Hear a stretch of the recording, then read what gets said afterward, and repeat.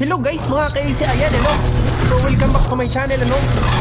Ayan, may gusto lang ako itatanong sa inyo guys. So, alam nyo ba kung bakit ang site nito ay tinatawag na YouTube or YouTube, di ba? So, alam nyo ba yon o hindi? Ayan, pag-usapan natin ngayon. Ayan. Bigla lang ako napaisip guys, no? Bigla lang napaisip. Bakit kaya ang site na ito ay tinatawag na YouTube, di ba? YouTube. Tapos nung mga millennial, binago. Ginawa ng YouTube, di ba? YouTube, YouTube, ano? So, ano kaya ang ibig sabihin nito, ng pangalan nito, no? Bakit ito ang pangalan ng site na ito, ano? Iyon. So, samahan niyo ako, guys. Yan. Pag-usapan natin 'to. Ayan, sariling opinion lang, guys, Hindi naman natin talaga alam kung anong totoo, kung bakit YouTube ang pangalan nito o YouTube na ginagawa ng millennial, o anong kaugnayan paggawa ng YouTube sa salitang YouTube, di ba? No, kasi ito sa sariling opinion ko lang kaya tinatawag na YouTube kasi it symbolize a tube, no? A tube. It's a tube. Either circle tube, round tube, o either a square tube, no? A square tube, no? Kasi it symbolize kasi you. It symbolize you in a tube. 'Di ba? You in a tube, no? 'Di ba? So ibig sabihin you're making a content or a video, something like that, no? Kung ano mang ginagawa mo, it is a movie, entertainment o tutorial o kahit ano mang ginagawa mo, that you're inside in the tube, di ba? Right?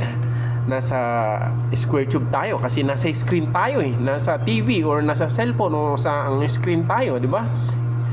It symbolizes a shape that it is a tube, no? A square tube like that. You're inside in that tube like that, no? Parang ako nasa loob ako ng tube, square tube, yan.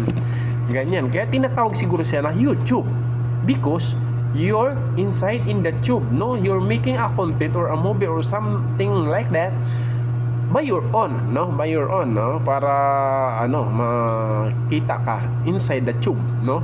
No, di ba? Parang ganun, di ba?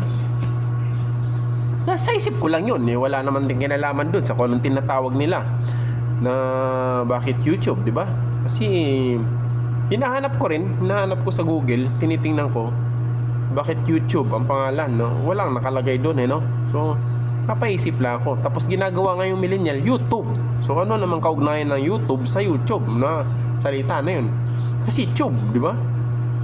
Tube is a hole, it's a shape or something like that. Is it a round or is it square? A square tube. So we're in the square tube. So YouTube, you're in the tube, di ba? Nandun tayo sa loob ng tube kasi tayo mismo gumagawa ng content natin para entertainment, tutorial o kahit anuman sa website na to, no? Sa website na YouTube, di ba? Diba? O yun yung naisip ko doon. YouTube, yun.